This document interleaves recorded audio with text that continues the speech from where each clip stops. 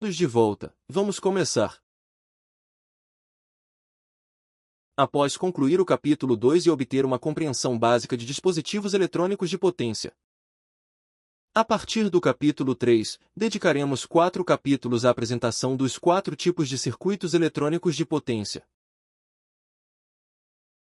Aprender circuitos é relativamente mais fácil do que aprender sobre dispositivos, essa é a minha impressão. Mas acabei de perguntar por aí e parece que, de repente, a partir deste capítulo, há muito mais formas de onda. Minha esposa nos ajuda a entender que é bom aprender hardware sem olhar para formas de onda, caso contrário, não teremos uma compreensão completa de seus princípios. Portanto, a partir do capítulo 3, não só haverá mais formas de onda, como também nossas tarefas frequentemente pedirão que você desenhe essas formas de onda, pois elas são a representação mais intuitiva. Ok, vamos começar. Como introdução, isso apresenta principalmente alguns conceitos e o que aprenderemos neste capítulo. Não explicarei os conceitos novamente, todos podem entendê-los. Neste capítulo, aprenderemos sobre circuitos retificadores, principalmente aqueles compostos por dispositivos semicontrolados, como tiristores. Mas isso não é tudo o que há em circuitos retificadores. Neste capítulo, também aprenderemos sobre circuitos retificadores não controlados compostos por diodos, que você já encontrou em eletrônica analógica. Hoje, devido à ampla aplicação de circuitos inversores, que aprenderemos no capítulo 4, esse tipo de circuito retificador não controlado composto por diodos. As aplicações de circuitos retificadores são, na verdade, mais complexas do que as de circuitos baseados em tiristores. No capítulo 7, apresentaremos circuitos retificadores compostos por retificadores para toda a casa.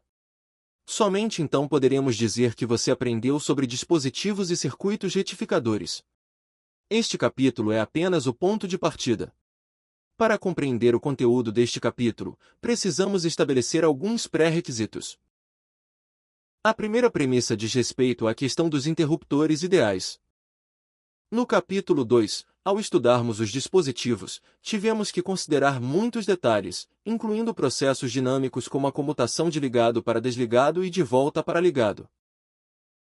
No entanto, a partir deste capítulo, em todas as análises subsequentes de circuitos eletrônicos de potência, exceto quando especificamente indicado o estudo de certos detalhes, trataremos o circuito eletrônico de potência como um interruptor ideal. Este interruptor ideal inclui os 3 aspectos correspondentes a seguir. Primeiro, quando está conduzindo, é tratado como um curto-circuito. O que significa um curto-circuito? Significa ignorar a queda de tensão no estado ligado. Como não há queda de tensão no estado ligado, não há perda dinâmica. Segundo, quando está desligando, é considerado um circuito aberto puro. O que significa um circuito aberto? Significa ignorar a corrente de fuga. A corrente de fuga é considerada zero e a impedância é infinita. O terceiro ponto ignora completamente o processo dinâmico de comutação, assumindo que o processo de comutação é instantâneo, liga quando está ligado e desliga quando está desligado.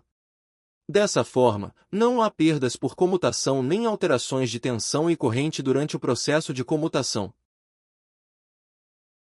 Isso é o que chamamos de chave ideal. Agora que entendemos isso, vamos para a seção 3.1.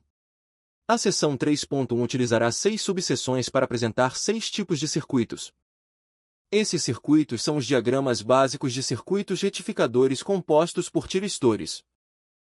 Após os 3 pontos, também mostraremos alguns circuitos mais complexos do que os apresentados aqui. Todos eles são construídos combinando esses circuitos básicos por meio de conexões em série, paralelo e outros métodos. Bem, a primeira subseção começa com o mais simples, um circuito retificador unidirecional de meia onda controlado. Observe que há alguns pontos a serem explicados na estrutura básica deste circuito. Primeiro, como um circuito retificador, a entrada é definitivamente K e a saída é definitivamente CC. Isso é chamado de retificação. O lado K da linha de entrada geralmente possui um transformador.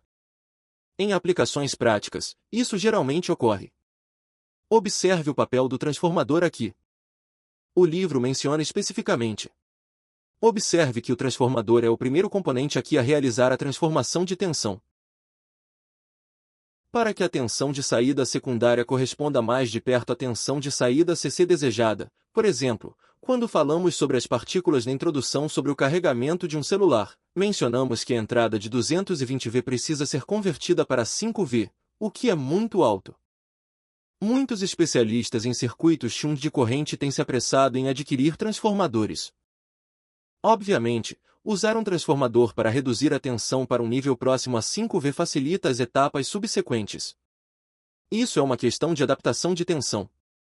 Em segundo lugar, o transformador também proporciona isolamento elétrico. É uma forma de isolamento elétrico.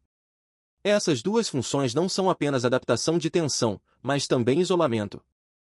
Observe o segundo ponto. Na terminologia mencionada aqui, monofásico corresponde aqui neste circuito? Monofásico significa que seu lado K de entrada é unidirecional em corrente alternada. Como não há problema de pixel para CC, quando dizemos monofásico, nos referimos a K. Mais adiante, também falaremos sobre K trifásica. É aí que entra a entrada K trifásica. Ok, agora que esses termos e conceitos foram explicados, vamos analisar esses dois pontos. Mencionamos alguns pré-requisitos anteriormente, então este é mais um. O segundo pré-requisito. Como estamos considerando circuitos eletrônicos de potência compostos por tiristores, quando consideramos o dispositivo como uma chave ideal e examinamos suas condições de ativação e desativação, usaremos algumas descrições idealizadas.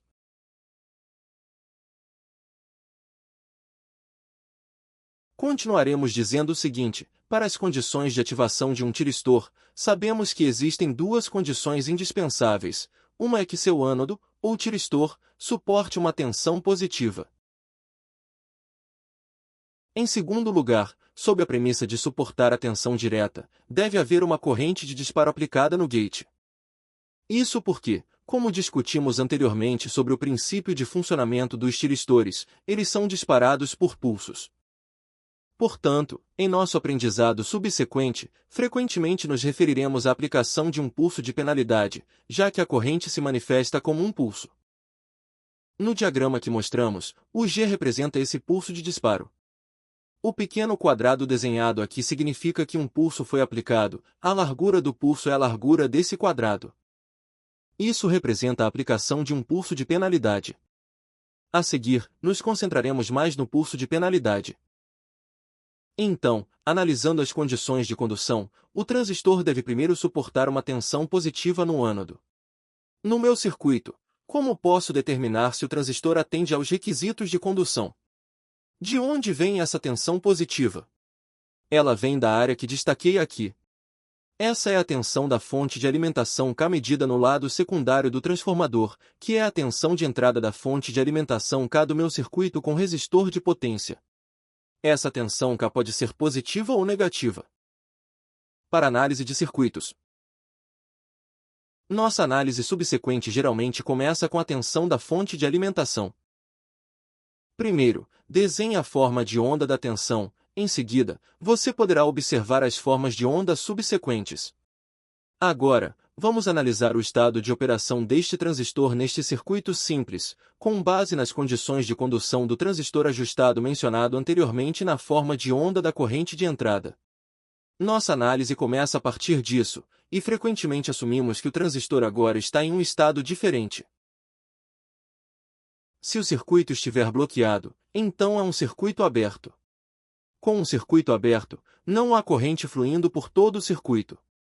Como não há corrente, a queda de tensão na carga jusante é zero, independentemente da carga. Então, se essas duas tensões forem conectadas a zero, o que isso significa? De acordo com a lei das tensões de chifre, toda a tensão de entrada da fonte de alimentação útil está dentro de seu domínio. Portanto, a tensão em VT agora é útil. Sendo assim, então está tudo bem. Ele está experimentando útil. De acordo com o modelo desenhado para útil, na região de meia onda positiva, de 0 a π, ele está claramente experimentando uma voltagem positiva. Na região de meia onda negativa, de π a 2π, ele está experimentando uma voltagem negativa. Portanto, Com base nessa análise, agora entendo que, no intervalo de tempo de 0 a π, o tiristor suporta uma tensão positiva, atendendo à primeira condição para a condução. A segunda condição para a condução é a aplicação de um pulso de disparo duplo. Esse pulso de disparo é gerado pelo circuito de disparo que você projetou, e o momento em que ele é gerado depende inteiramente de você. O que significa depende inteiramente de você? Você tem a opção. A partir deste momento, ele começa a usar a posição 0. Então, posso enviar um pulso neste instante para ligá-lo imediatamente. Você também pode optar por não fazer isso agora, posso esperar um pouco e desenhar a linha pontilhada neste momento. De qualquer forma, enviar um pulso só faz sentido se a primeira condição for atendida, o transistor está sob tensão positiva. Se estiver na faixa entre 0 e 2 tensões, enviar um pulso não faz sentido, não atende à primeira condição. Mas dentro da faixa entre 0 e 2 tensões, o momento de enviar um pulso para ligá-lo depende de você. Isso é o que faz uma distinção clara entre circuitos retificadores compostos por tiristores e circuitos retificadores não controlados compostos por diodos. Veja, se eu substituir este transistor por um diodo, você não precisa enviar nenhum pulso. Inicialmente, ele está sob tensão 0 e liga. Então, a saída era o que eu chamava de semi-regra de potência. Mas depois que a substituí por um dispositivo controlável, como um tiristor, a potência do meu marido ficou totalmente sob meu controle. Eu podia atrasar a saída pelo tempo que quisesse. Assim, a forma de onda da tensão de saída tornou-se controlável. Lembre-se de que, quando estávamos diferenciando, estávamos falando sobre circuitos eletrônicos de potência. Não presuma que eles tenham apenas uma tensão de saída fixa. Os circuitos eletrônicos de potência feitos com nossa tecnologia de eletrônica de potência requerem tensão de saída ajustável. Isso porque, em aplicações práticas, a tensão de saída ajustável é frequentemente necessária. Por exemplo, no caso do carregamento de um celular, a tensão da bateria que está sendo carregada aumenta gradualmente e a tensão deve aumentar de acordo. Portanto, a capacidade de ajuste é muito importante e frequentemente necessária. Aqui, não usamos diodos, mas sim tiristores, mesmo que estejam apenas parcialmente descarregados. No entanto, também é evidente que, como esse pulso está sob seu controle, a pressão de saída resultante é ajustável. Isso é um capacitor eletrolítico. Certo, isso se refere à condição de condução. Deixe-me repetir a sequência lógica que acabei de mencionar. Ao determinar se este tubo atualmente atende às condições de condução, primeiro assumimos diferentes condições. Partindo dessa premissa, determinei a tensão no tubo e a faixa na qual a primeira condição da introdução é atendida. Quanto à segunda condição, isso fica a seu critério, ela serve para obter o controle. Agora, vamos analisar as condições de observação para tiristores. Já deixamos isso bem claro quando discutimos tiristores anteriormente. Sua única condição era que o tiristor desligasse quando a corrente que o atravessava caísse abaixo da corrente de manutenção e... Agora, estamos tratando como uma chave ideal, portanto, observe que a redação mudou, não mencionamos mais IAH, ignoramos esse termo. Nossa redação atual é que o tiristor desliga quando a corrente que o atravessa cai para 0. Fica assim, a corrente cai para 0. É importante notar que aqui estamos ignorando o fato de que o circuito é tratado como uma chave ideal e a existência de interruptor de carga é desconsiderada. Quando a corrente cai para 0, o circuito desliga. Essa é a condição. E observe que, como enfatizamos anteriormente ao falar sobre tiristores, essa é a única condição de desligamento. Se você se perguntar por que essa válvula desliga neste circuito, é porque a corrente cai para 0. Essa é a condição fundamental e única. Para atingir esse resultado, diferentes medidas podem ser tomadas. A chamada tensão reversa é uma medida comum para reduzir a corrente a 0, mas não é a causa direta. Em última análise, o motivo pelo qual a válvula desliga é porque a corrente cai para 0. Preste atenção a essa afirmação. Em seguida, para explicar este circuito claramente e entender seu funcionamento, devemos primeiro dizer que a carga conectada após ele é um resistor, Como vocês já sabem pela prévia, existem vários tipos diferentes de cargas. A primeira é a resistência pura mais simples, a segunda é a carga com um polo adicionado, que se torna uma carga de rede, o terceiro grupo possui força eletromotriz reversa. O que são essas cargas? São abstrações das diversas formas complexas de carga que nossos circuitos eletrônicos de potência suportam na realidade, assim como quando estudamos circuitos. Por exemplo, a que tipo de carga real corresponde uma carga de força eletromotriz reversa? É um motor elétrico.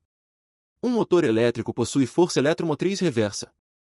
Quando um celular está carregando, a bateria que está sendo carregada também é uma carga capacitiva reversa. Nós apenas abstraímos as várias cargas reais existentes nesses tipos de carga. Cargas puras, como um aquecedor de água, tem um fio resistivo como carga, que é uma carga puramente resistiva. Se ignorarmos o fio resistivo, então há pequena indutância. Na realidade, cargas de placa-mãe são mais comuns porque até mesmo um resistor puro contém uma pequena indutância. Esses são conceitos abstratos, mas todos têm aplicações práticas. O circuito que estamos analisando agora usa uma carga puramente eletrônica. Antes de analisar o circuito, precisamos entender que tipo de carga esse resistor realmente é.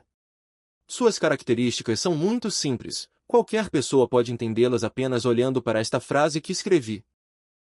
A tensão e a corrente são proporcionais, a razão entre elas é o valor da resistência. Portanto, observe que, ao desenharmos as formas de onda, desenhamos apenas a forma de onda da tensão UD no resistor de carga. Mas você deve saber que esta também é a forma de onda de ID, porque as duas são proporcionais e seus formatos de onda são exatamente iguais. Portanto, não preciso desenhar um modelo de ID separado. No entanto, ao lidar com a carga principal posteriormente, essa relação não existe e devemos usar a forma de onda de UT porque ela é diferente. Todos precisam entender isso. Agora, aqui está um ponto que se relaciona diretamente com nossa análise de circuito posterior. Como mencionado anteriormente, quando a corrente que flui através do transistor banhado a ouro cai para zero, o transistor desliga. Você precisa saber que o transistor banhado a ouro é um tipo de dispositivo passivo. Você pode controlar sua condução enviando pulsos, mas não pode controlar seu desligamento, você só pode esperar que ele conduza automaticamente. Portanto, em nossa análise do funcionamento elétrico do tiristor, determinar quando o transistor irá desligar torna-se o ponto mais crucial na análise deste circuito. Somente sabendo claramente quando ele desligará é que você poderá prosseguir com a análise. Portanto, preste atenção em conectar esses dois pontos. Para cargas resistivas, como as formas de onda da tensão e da corrente são iguais, mas proporcionais, o que isso significa? Quando a tensão no resistor é zero, a corrente também deve ser zero. Portanto, se a tensão no resistor cair para zero, significa que a corrente também será zero, o que significa que o tiristor desligará naquele instante. Tudo isso deriva desta frase e das suas implicações. Este é o ponto mais importante deste circuito quando se lida com uma carga resistiva. Uma vez compreendido tudo isso, o funcionamento deste circuito torna-se muito simples. Como acabamos de mencionar, ele opera basicamente na faixa de 0 a pt. Quando a tensão é aplicada ao transistor, alguns pulsos podem ser aplicados e ele ligará, pois uma chave ideal não considera o processo dinâmico. Assim que o pulso é aplicado, ele liga. Então, como completei a transição de 0 para π neste momento, o transistor correspondente conduzirá. Uma vez que o transistor conduz, significa que há um curto-circuito ideal. Um curto-circuito significa que o tio é aplicado à carga R. Portanto, a tensão UD em R é exatamente a mesma que a forma de onda de UT. Basta traçar a linha tracejada ao longo de UT. Veja a linha tracejada vermelha aqui, que representa exatamente a forma de onda de UT. Se você entender isso neste momento, então, antes, o B era zero e agora, repentinamente, aumenta. Após esse aumento, trace a linha tracejada de UT. Ela é igual a UT, e o D é igual a UT. Portanto, UT eventualmente cruzará o zero. Como mencionado anteriormente, quando a carga resistiva cruza o zero, a tensão cruzando o zero significa que a corrente que flui através da carga resistiva cruza o zero.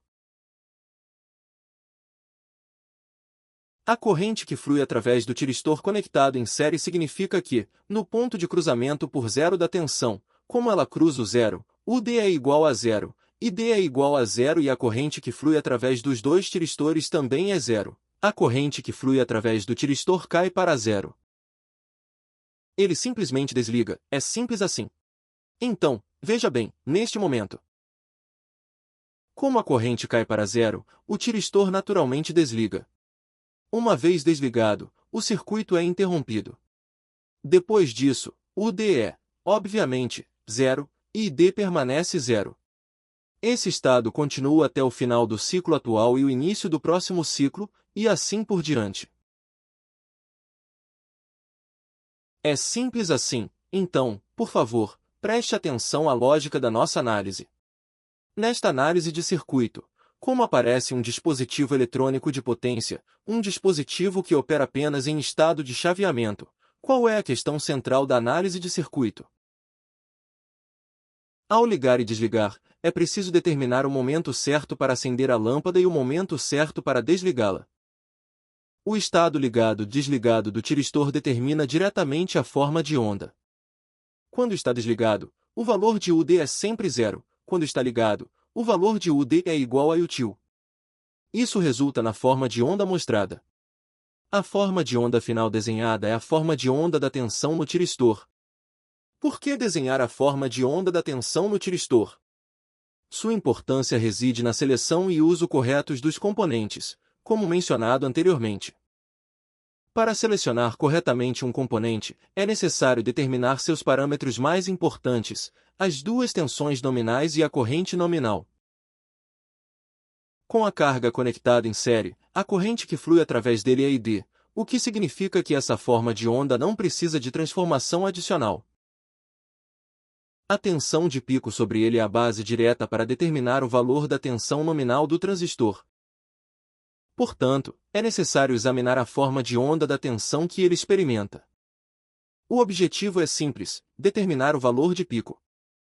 Em seguida, você pode determinar o nível de tensão. Com essa lógica simples, sabemos quando o transistor está ligado e quando está desligado, o que também simplifica a forma de onda. Por quê?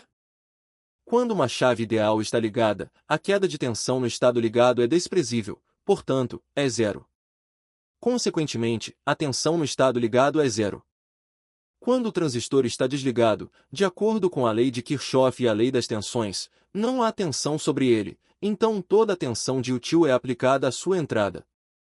Você pode simplesmente desenhar o modelo de util como mostrado pela linha vermelha pontilhada, é util mais a tensão de entrada. Com base nesse modelo, gostaria de fazer uma pergunta a todos. Essa forma de onda nos mostra claramente que a tensão negativa máxima que o tiristor VT pode suportar durante a operação neste circuito é negativa.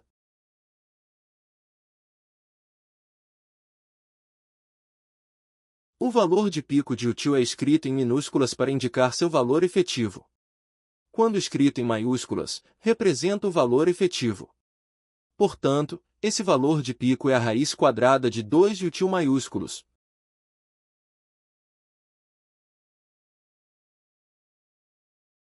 A raiz quadrada de 2, escrita com util em maiúsculo, representa seu valor efetivo.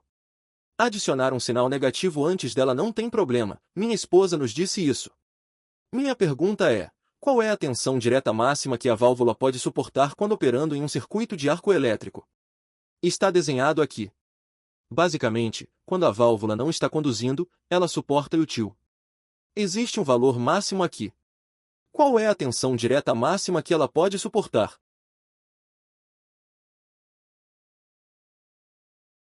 É também uma parte incompleta, que é a raiz quadrada de 2. Ok, a competição de hoje é.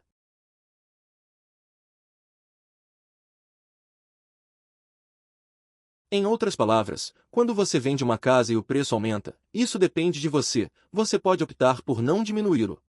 Mas se esse circuito estiver sempre interrompido, a forma de onda final se torna uma onda positiva completa, certo?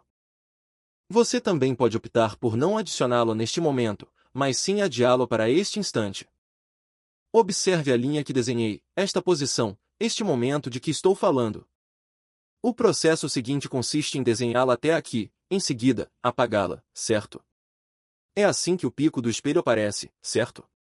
E como eu disse antes, e não estou errado, se eu não adicionar este pulso, eu o apago, e a válvula não conduzirá porque não atende à segunda condição para a condução.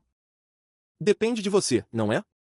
Então, neste momento, a tensão na válvula está exatamente assim. Portanto, considerando que este pulso depende de você, a posição onde este pulso é aplicado pode ser movida para trás. Quando chega aqui, um nível de tensão positivo aparece. Assim, em engenharia de circuitos, o valor de pico que esta válvula pode suportar, seja positivo ou negativo, é 2 vezes o tio. Mas, na realidade, isso não importa, porque quando você determina a tensão nominal, independentemente de o valor de pico ser positivo ou negativo, você escolheu o maior. O valor de pico complexo é a raiz quadrada de 2, basta multiplicá-lo por 2 ou 3 e pronto. Pode parecer insignificante, mas é crucial para a análise do circuito. Somente depois de entender tudo isso você poderá dizer que compreendeu o princípio deste circuito. Então, vou fazer essa pergunta a todos. Como uma carga resistiva, o princípio de funcionamento de um tiristor é simples, mas o utilizamos para ilustrar a premissa mencionada anteriormente, de modo que todos se familiarizem com a abordagem de análise de circuitos. A seguir, preste atenção a um conceito. Este circuito é chamado de retificador de pulso único. O conceito de pulso ficará cada vez mais evidente à medida que aprendermos mais sobre ele. Ele permeia toda a tecnologia de eletrônica de potência e é um termo-chave que caracteriza o desempenho deste circuito. Aqui, precisamos entender o que significa pulso. Como você pode ver, temos uma entrada K e uma saída CC. Como a entrada é K, a corrente alternada deve ter um período e uma frequência. Conforme mostrado neste diagrama, 0,2P representa um ciclo completo, e os ciclos seguintes são todos iguais. Portanto, vamos observar a forma de onda da tensão UD obtida no resistor de saída durante este ciclo completo de 0,2P. Ela está representada aqui. A forma de onda da tensão de saída UD dentro de um ciclo. À primeira vista, não parece com a chamada corrente contínua plana que aprendemos em teoria de circuitos, ela é pulsante. Mas ainda é corrente contínua porque não há carga. Como é pulsante, observe quantas vezes a ondulação de 0,2 pulsos ocorre dentro deste ciclo. Ela sobe e desce apenas uma vez, o que corresponde a um pulso. Em outras palavras, dentro do ciclo de ondulação de 0,2, há apenas uma forma de onda contínua diferente de zero. Se ela subir novamente, são 2 pulsos, o que é chamado de pulso duplo. Agora, há apenas um pulso em um ciclo, o que é chamado de pulso simples. Na verdade, a que isso corresponde? Em eletrônica analógica, aprendemos sobre retificação de meia onda e retificação de onda completa. A meia onda se refere a um pulso, e a onda completa se refere a 2 pulsos, o que é chamado de pulso duplo. É apenas uma maneira diferente de dizer pulsação.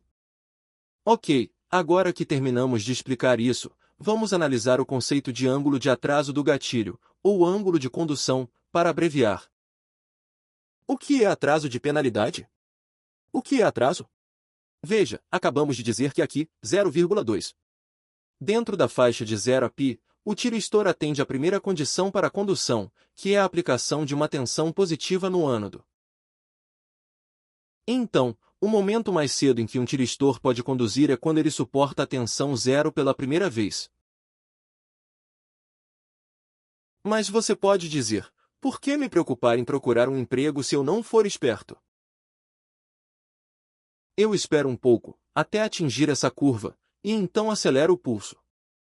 Do momento em que ele atinge a primeira condição de condução e começa a suportar a pressão, até que você realmente aplique o pulso no pulso e o tiristor conduza, o valor do ângulo elétrico intermediário é chamado de atraso de penalidade.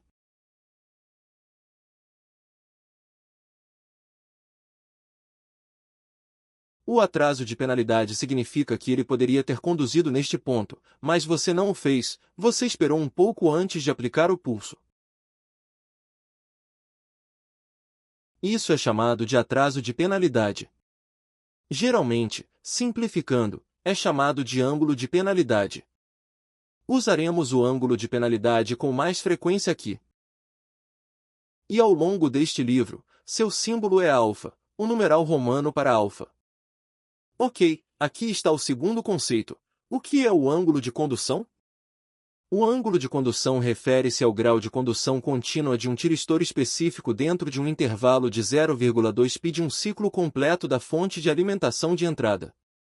Agora, observe este. Qual é o seu valor? Dentro de um ciclo completo do intervalo de 0,2 π, existe um ângulo alfa que o precede. Você o impediu intencionalmente de conduzir por um tempo antes de enviar um pulso para permitir que ele conduzisse. Então, quando ele desliga? Quando o tio cruza o zero, o tiristor desliga naturalmente porque a corrente no resistor de carga cai para zero. Portanto, o ponto de desligamento está no ponto de cruzamento por zero de util, que é a posição de π. A duração em que o tiristor conduz continuamente é θ, que é igual a π menos alfa. Este é o ângulo de condução, mas observe que esta é a diferença alfa, não uma fórmula universal. Ela varia dependendo do circuito e da carga. O chamado ângulo de condução é o ângulo pelo qual o transistor conduz continuamente em um ciclo. Ok, esses são dois conceitos. A seguir, vamos analisar a relação quantitativa. O que significa a relação quantitativa? Para um circuito retificador como este, como acabamos de mencionar, você pode alterar o formato da onda da tensão de saída controlando o momento em que o pulso é enviado. E a mudança no formato da onda da tensão de saída não significa uma mudança no valor da sua grandeza Cc? Portanto, precisamos estudar qual é a relação entrada-saída. Meu alfa, ou seja, quando eu envio o pulso e qual é o tempo de atraso, está relacionado ao valor da grandeza Cc, a tensão de saída. Esta é a relação quantitativa que mais queremos obter. Então, vamos calculá-la. É muito simples. Observe que este cálculo utiliza a tensão média de saída. Por que a média? Porque a saída é um circuito 200. Como aprendemos no curso, os circuitos CC são caracterizados por seu valor médio. Portanto, todas as relações de entrada-saída descritas neste capítulo são expressas usando seu valor médio. O cálculo não é difícil. Como se calcula o valor médio? O valor médio é calculado ao longo do período integral. Como um período é igual a 2π, o valor calculado é 0,45 vezes u ao quadrado, 1 meio mais cos, alfa. Veja esta fórmula. A tensão média de saída UD é igual à seguinte fórmula. Nesta fórmula, util é a tensão de alimentação de entrada, que é especificada e não pode ser alterada. O que você pode alterar é esse ângulo de disparo. A partir disso, você pode saber. Isso nos mostra uma clara correspondência. Ajustando o valor da penalidade correspondente ao momento em que envio o pulso, posso ajustar continuamente a qualidade da tensão de saída.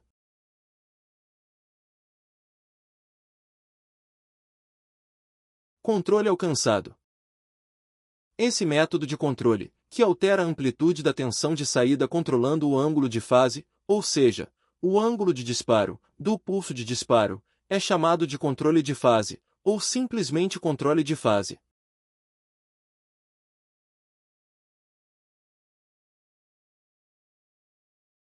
Isso é simples. Vamos parar um instante e todos relembrar o que acabamos de discutir, especialmente como analisar circuitos.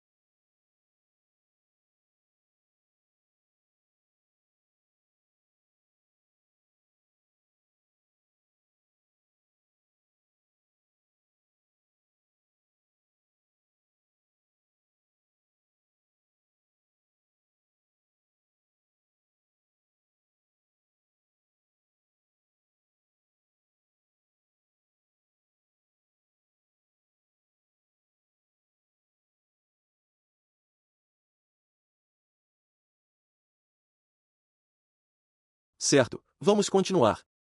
Apresentamos vários conceitos, como o ângulo de condução octogonal e o pulso. Vamos recapitular esses conceitos mais tarde. Aqui, todos devem tentar compreendê-los mais a fundo. Finalmente, vamos falar sobre a faixa de deslocamento do ângulo alfa. O que é a faixa de deslocamento? O ângulo alfa é o ângulo no qual o pulso se move para frente e para trás nesta forma de onda, correspondendo a diferentes ângulos de disparo. Então, quando dizemos deslocamento, nos referimos ao deslocamento da fase. O valor do ângulo da fase deste pulso é chamado de deslocamento. Como você pode ver por este número, o octógono, como acabamos de dizer, é determinado pelo momento em que o pulso é emitido.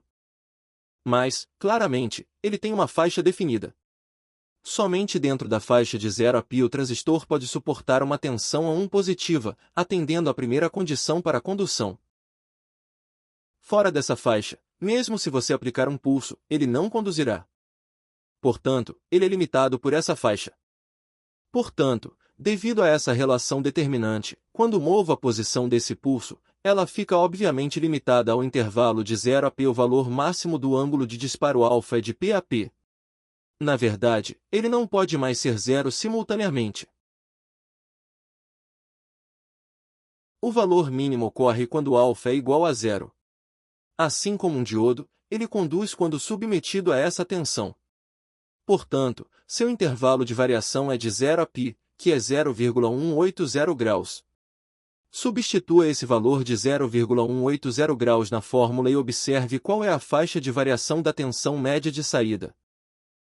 Quando alfa é igual a zero, a forma de onda de saída é uma meia onda completa, representando o valor máximo de saída possível. Nesse ponto, o valor de saída é 0,45 vezes U ao quadrado. Quando alfa é igual a 180 graus, ou π, o valor da tensão de saída é zero. Qual é a forma de onda da tensão de saída UD correspondente neste instante? Qual é a forma de onda da tensão de saída UD quando alfa é igual a π a 180 graus? Parece uma linha reta no eixo horizontal, nada mais. Observe como essa forma de onda muda conforme o ângulo alfa muda. Por exemplo, se nos movermos continuamente para a direita, até π, como a forma de onda muda? Basicamente, ela se torna esta forma de onda.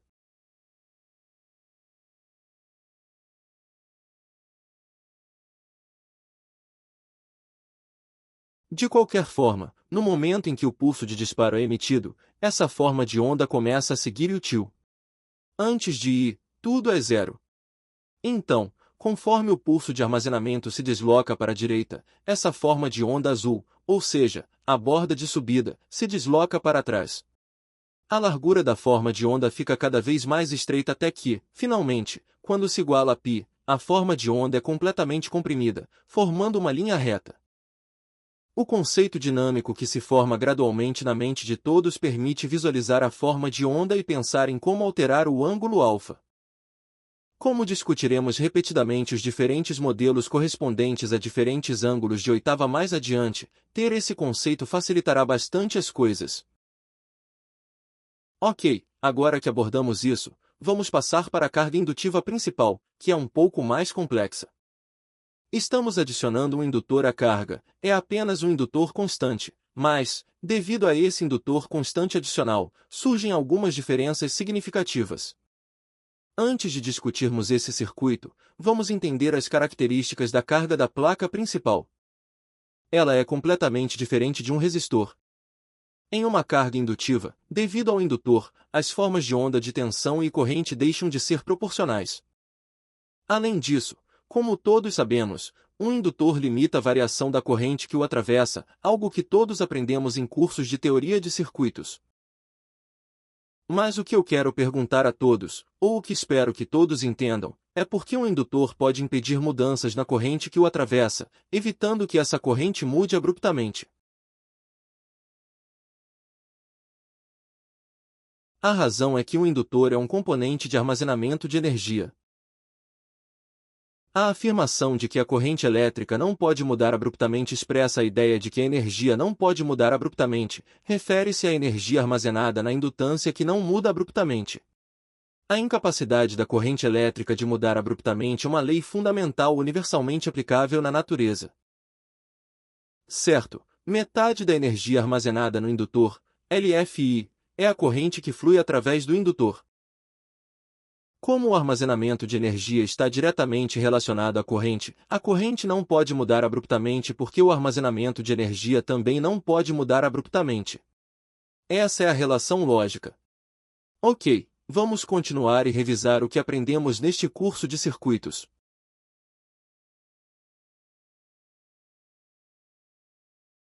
Em cursos de teoria de circuitos, aprendemos uma equação fundamental, U igual L multiplicado por D dividido por dt.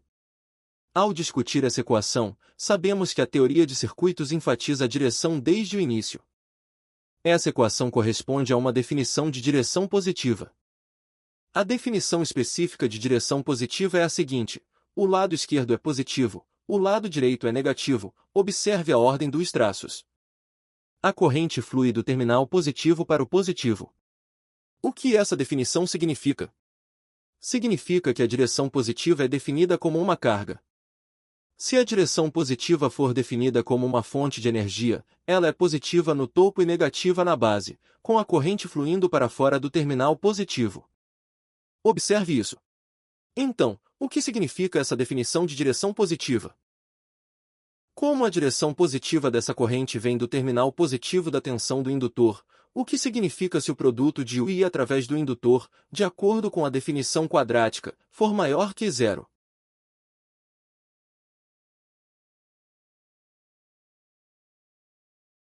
Isso significa que ele absorve energia. Observe que não se deve dizer que o indutor não consome energia, ele apenas armazena energia. Os resistores também devem ser considerados como consumidores de energia. Se o produto de U I for maior que zero, significa que energia ou potência elétrica está sendo absorvida. Por outro lado, se o produto de U I for menor que zero, significa que energia ou potência elétrica está sendo liberada. Isso precisa ser compreendido. Ok, de acordo com essa definição positiva, de acordo com essa fórmula e sua correspondente, vamos estabelecer as condições de funcionamento. Vejamos. A corrente está aumentando rapidamente. O que isso significa? Significa que a razão entre d e dt é maior que zero. Multiplicando por um L positivo, obtemos U, que também é maior que zero. Isso significa que o produto de U e I, como acabamos de discutir, é maior que zero. Nesse ponto, ele está absorvendo energia. Observe esta descrição, a corrente está aumentando. O que isso significa? Significa que a capacidade de armazenamento de energia do indutor está aumentando. Portanto, ele está absorvendo energia elétrica para suportar esse aumento de energia. Voltando ao ponto sobre os indutores dificultarem as mudanças de corrente, por que eles dificultam as mudanças de corrente? Neste circuito, se não houvesse indutor e houvesse apenas um resistor mais, e a corrente mudaria abruptamente. Inicialmente, não haveria I1, imediatamente, a corrente se tornaria meio. Devido ao indutor, a corrente não se torna abruptamente meio, em vez disso, ela aumenta gradualmente de zero para meio. E observe que esse aumento gradual de zero para meio corresponde ao que queremos dizer com dificultar as mudanças de corrente. Devido à sua presença, a corrente não pode fluir. Como acabamos de mencionar, a razão fundamental reside na mudança repentina na capacidade de armazenamento de energia. Agora que todos entenderam, conforme descrito anteriormente, vamos explicar novamente sob a perspectiva energética, o que significa para um indutor impedir uma mudança na corrente. Quando a corrente aumenta, sua energia armazenada também aumenta. Sem ela, essa energia seria consumida diretamente pela corrente, causando um pico repentino. Mas agora, ao aumentar sua própria energia armazenada, ela torna a variação da corrente mais gradual, em vez de um pico repentino. Ela retarda a variação da corrente aumentando sua própria energia armazenada. Em seguida, observe a direção exata que adicionei entre parênteses aqui. No cenário que acabamos de discutir, o valor U calculado usando esta fórmula é positivo. Como o valor U é positivo, ele representa a direção positiva, ou seja, sua direção real. Certo, vamos mudar o estado de operação novamente. Agora a corrente está aumentando, certo? Mas agora a corrente está começando a diminuir, o que significa que D é menor que dd. Então, repetindo o que acabei de dizer, fica assim: quando a corrente diminui, como a inteligência artificial é menor que bt, o U calculado também é menor que zero. Como é menor que zero, significa que o lado esquerdo é negativo e o lado direito é positivo, certo? De duas perspectivas. Primeiro, como a corrente flui do terminal negativo, isso significa necessariamente que este indutor está liberando energia. Segundo, o E negativo e I é positivo, o produto deles é menor que zero, então este indutor definitivamente está liberando energia e potência elétrica. Informamos que estamos atualmente em processo de lançamento de algo. É precisamente porque é a liberação de energia que se manifesta a resistência às mudanças na corrente elétrica. O que isso significa? Significa o mesmo que foi dito anteriormente. Um indutor não possui nenhuma habilidade especial, ele apenas armazena energia. Quando detecta uma queda repentina na corrente, como ele a desacelera? Ele só consegue fazer isso liberando sua própria energia, queimando-a para reduzir a variação da corrente e impedir essa mudança. Quando a corrente aumenta, ele absorve energia, quando a corrente diminui, ele a libera. Isso é tudo o que ele pode fazer. Essa é a função de um indutor neste circuito. Veja o que acontece quando a corrente diminui. Marquei a direção correta. Ok, agora que explicamos esses conceitos, temos uma compreensão mais abrangente das características da carga da placa-mãe. Observe, você deve especificar claramente a energia. Somente assim você não confundirá o indutor e somente assim você se lembrará dos sentidos positivo e negativo da tensão. Em seguida, vamos analisar o circuito. Este circuito é o mesmo de antes, exceto pela presença de um indutor adicional. Minha análise seguirá o mesmo caminho. Vamos repassá-lo. Primeiro, precisamos determinar quando este transistor está ligado e quando está desligado neste circuito. Este é o primeiro passo, o pré-requisito. Para isso, primeiro assumimos que o transistor não está conduzindo e observamos quando ele recebe uma tensão positiva. Mesmo sem carga e com toda a resistência útil aplicada, a forma de onda permanece a mesma. Portanto, concluímos que, dentro da faixa de meia onda positiva de 0 a π, o transistor recebe uma tensão positiva, atendendo à primeira condição para a condução. Podemos então aplicar um pulso para manter a condução. Dentro da faixa de π a 2π, ele não conduzirá sob tensão reversa. Este é o primeiro passo, já determinamos isso. Com essa conclusão, o segundo passo é aplicar um pulso dentro da faixa de 0 a π. O momento de aplicar o pulso fica a seu critério. A posição do pulso corresponde ao momento em que o transistor conduz. A diferença angular entre a posição do pulso e o momento em que ele começa a receber a tensão negativa é definida como o ângulo de partida. Certo, então neste momento eu envio o pulso e a válvula liga. Assim que a válvula liga, e o tio é aplicado à carga, e a tensão UD na carga, com R e L combinados, é determinada pela forma de onda de D. Continua sendo assim, sempre que o pulso é aplicado. A válvula liga e o sinal sobe diretamente ao longo da linha tracejada da forma de onda de util. É assim que funciona. Ok, agora o tubo está aberto e a forma de onda util mais UD é igual a util. Devido à indutância, a corrente deve começar em zero e aumentar gradualmente. Portanto, você pode ver que a forma de onda da corrente abaixo começa a partir deste ponto. Aumentar gradualmente. O que significa necessariamente o aumento gradual dessa corrente?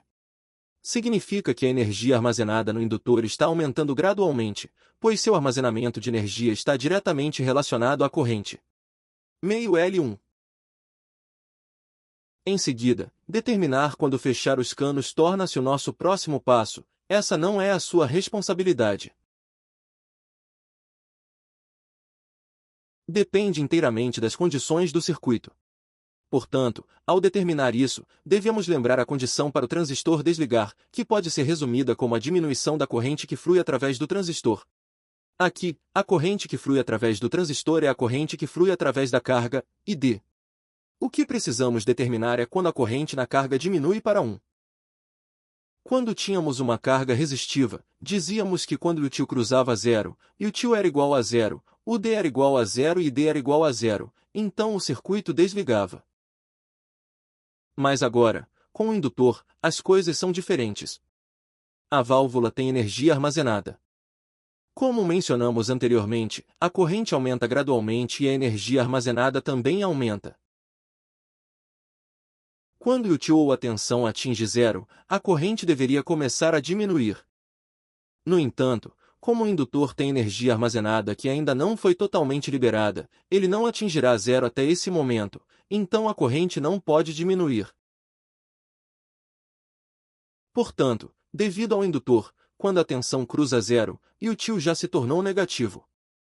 Somente quando a energia armazenada no indutor for totalmente liberada é que D será igual a zero. Somente nesse momento a condição para o desligamento da válvula é satisfeita, e a válvula desliga.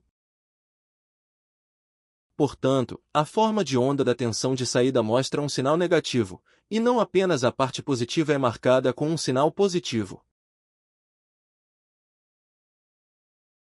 Isso ocorre porque a adição de um indutor retarda as mudanças na corrente.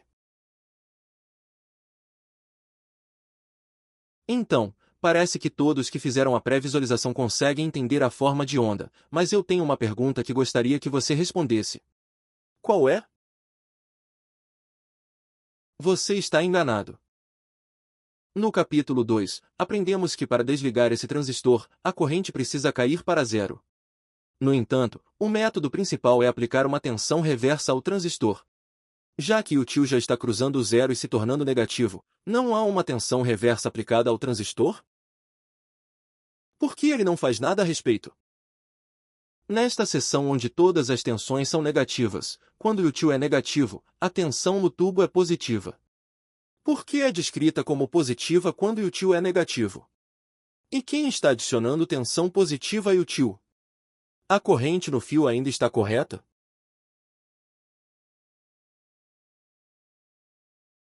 Há uma tensão no indutor, certo? E a TV está na haste, certo? De acordo com a definição da direção positiva, a seta é definida assim, então deveria ser positiva em cima e negativa embaixo, certo? Não acabamos de dizer isso? Então, U é igual a LBI, e T é a fórmula para calcular a indutância de forma sequencial. Agora, quando a tensão cruza o zero e se torna negativa, a corrente está diminuindo, o que significa que D é menor que DD, certo? Então, a tensão U é igual a LD, calculada dividindo A por T, que é negativa, certo? O que significa uma tensão negativa? A direção positiva é positiva em cima e negativa embaixo, enquanto a direção negativa é negativa em cima e positiva embaixo. Com o polo superior negativo e o inferior positivo, você pode ver que, quando essa voltagem é aplicada ao tubo, ela se torna uma voltagem positiva.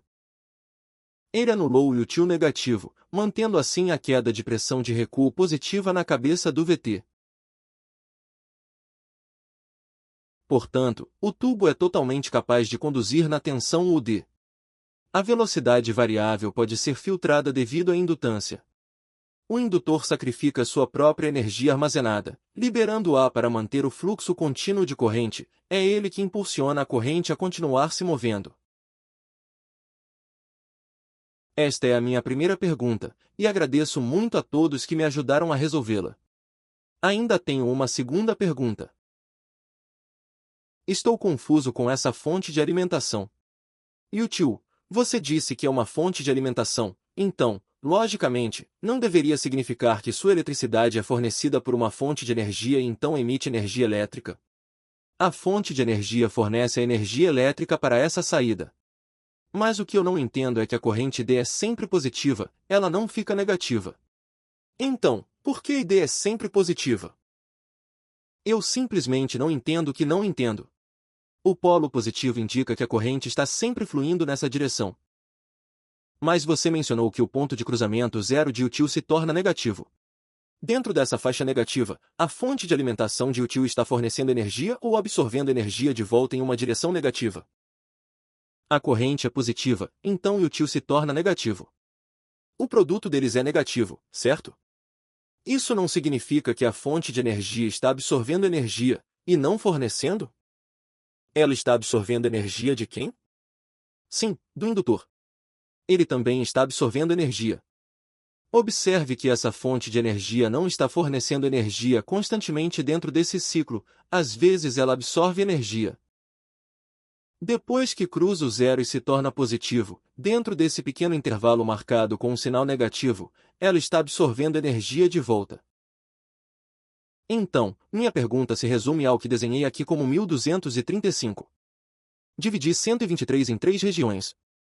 Então, alunos, por favor, me digam. A primeira questão nessas 3 áreas. Nas 3 áreas 1, 2 e 3. Minha fonte de alimentação útil está dissipando energia ou absorvendo energia de volta? A segunda questão é se o indutor está absorvendo ou liberando energia nessas 3 regiões. Vamos começar com o útil. O método para determinar qual componente está absorvendo e qual está liberando é bastante simples. Cursos de teoria de circuitos nos ensinam que o produto de UI é maior que zero ou menor que zero, então não há problema. Alternativamente, outra abordagem, também ensinada em cursos de teoria de circuitos, é observar a direção real da corrente da tensão. Se a corrente flui para fora do terminal positivo, está liberando; se a corrente flui para dentro do terminal positivo, está absorvendo. Escolha o caminho que preferir. Vamos começar com o útil. Se íon permanecer estacionário nessa direção, então precisamos observar o. Se o for positivo, a potência está sendo liberada para fora. Portanto, nas regiões 1 e 2, enquanto o útil for positivo, a potência está sendo liberada para trás. Na região 3, como mencionei anteriormente, a potência está sendo absorvida, liberada e então devolvida. Este é o indutor.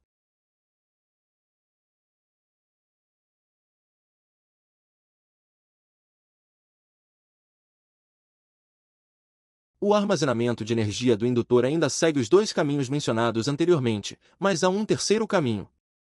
Qual é ele? Seu armazenamento de energia não é metade da corrente, Li, certo? Isso significa que, à medida que a corrente aumenta, ele absorve energia; à medida que a corrente diminui, ele libera energia. É uma questão de quanta energia ele armazena. Muita energia significa que ele está absorvendo, pouca significa que está liberando, certo? Então, nessas 3 regiões, você vê, usando esta linha pontilhada como ponto de divisão. Esta linha pontilhada é desenhada na posição do pico de corrente. Antes do pico, se a corrente aumenta, o indutor está definitivamente absorvendo o aumento de energia. Depois disso, a corrente começa a diminuir, então o indutor está definitivamente liberando energia. Somente compreendendo essas relações de energia é que todos poderão realmente entender o papel da voltagem aqui e como este circuito funciona.